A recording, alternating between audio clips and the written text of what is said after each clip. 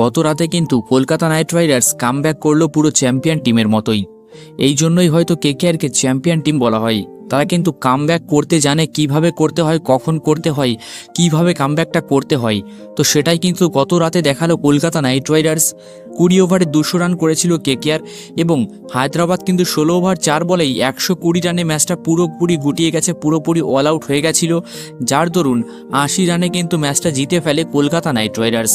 আর যার ফলে কিন্তু পয়েন্টস টেবিলে একটা বড় লাভ দিয়েছে এবং নেট রান রেটেও খুবই পরিবর্তন এসছে কেকেআরে। যাই হোক, তো কথা বলি ভেঙ্কটেশ আইয়ার এবং রিঙ্কু সিংকে নিয়ে।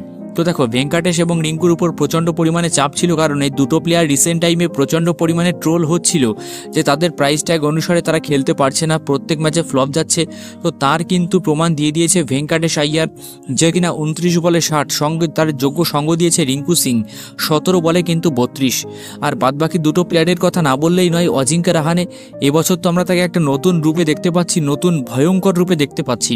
27 বলে 38 করে গেছে কেকেআর ক্যাপ্টেন এবং ইয়াং স্টার বয় যাকে বলা হয়। কেকেআর একের পর এক স্টার প্লেয়ার তৈরি করেছে এবং আরেকটা তৈরি করে ফেলেছে বলতে পারো, তার নাম হচ্ছে অঙ্কুশ রঘুবংশী। সেও কিন্তু 32 বলে 50 করে গেছে, যার দরুন 20 ওভারে 200 করেছিল কেকেআর। এবার এসআরএইচ কিন্তু 16 ওভার 4 বলে 120 রানে পুরো ইনিংসটাই গুটিয়ে গেছে। কেকেআরের বোলিং ডিপার্টমেন্টের দিকে হালকা চোখ রাখলে সেখানে দেখতে পারবে বৈভব আরোরা, যে কিনা 1 ওভার মেডেন এবং 29 রান দিয়ে 4 ওভারে 3টে উইকেট নিয়েছে। আর তোমরা যদি আইপিএল ক্রিকেটকে ফলো করে থাকো তাহলে একটা ব্যাপার জানবে যে পাওয়ার প্লে মানেই কিন্তু বৈভব আরোরার উইকেট।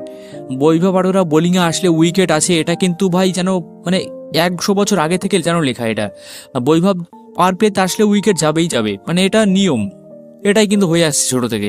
যাই হোক, তো বৈভব 3টে নিয়েছে। অন্যদিকে বরুণ চক্রবর্তী, যে কিনা বর্তমানে বিশ্বের নাম্বার 1 স্পিনার বলতে পারো এবং ইন্ডিয়ারও নাম্বার 1 স্পিনার, সে কিন্তু 4 ওভারে 22 রান দিয়ে 3টে উইকেট নিয়েছে।